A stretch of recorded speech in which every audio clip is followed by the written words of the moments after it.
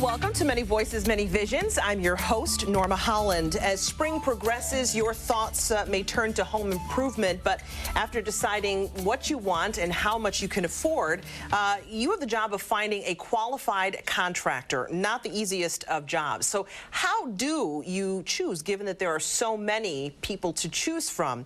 Those choices bear a lot of weight, given the economy and unfortunate stories of people who have, well, perhaps been cheated in some cases, who asked for work to be done and it wasn't necessarily done. Here with us today is a local contractor who knows a lot about this and has made it his business to make sure that people feel comfortable hiring him, and of course has heard the concerns of customers and has some advice for us today.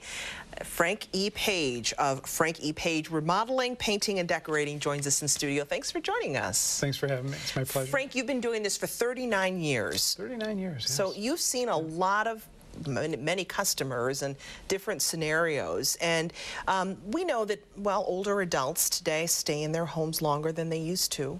People want to stay at home. They want to age in place, but with that comes some challenges, right? Because older homes mean older things, and you need to repair them and make renovations. Do you ever hear from customers who say that to you? I'm older, but I want to stay at home.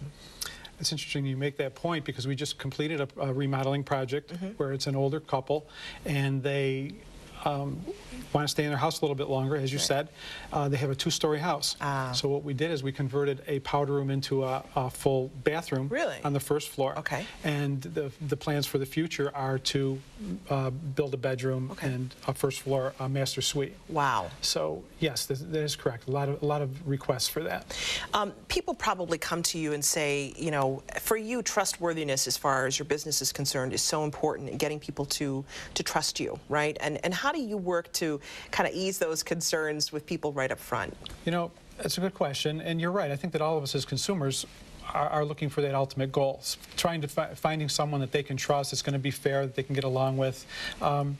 Some of the things you'll want to, you know, we like to spend a lot of time with the customer, and we'll want to do the interview process. We suggest that you interview the contractor, and as we sit down with you as a consumer, we want to know what's important to you in the project. We want to know what your needs are, what your future plans are, how long will you stay in the house. Okay. You know, how can we make your dreams come true? We have, and you actually supplied a really interesting list of contractor questions that I want to begin, and the first one is, are you insured and licensed? Why is that so important? Well, I think for obvious reasons. There's two types of insurance that a contractor is liable to carry in New York State.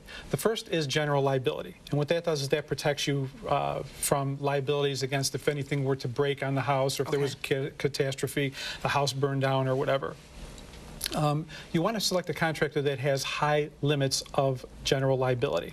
$100,000, $300,000 is just not enough. Okay. So you want to select a contractor that has $1 million or above of general liability coverage. And this is should something go wrong while the contractor's working at your home? Correct. Okay. Yes. All right. Okay, so that's important to ask those two questions. Yes. Can you give me a written quote? Gone are the days of a handshake and you'll do the job for how much? All right, thanks a lot. That's not the way it is necessarily these days. Unfortunately, today it's not. You know, you'll want to have a written quote, because it takes out the guesswork, and it prevents you from having discussion as to he said, she said type arguments at the end. It's always something that you as the consumer can refer as a reference point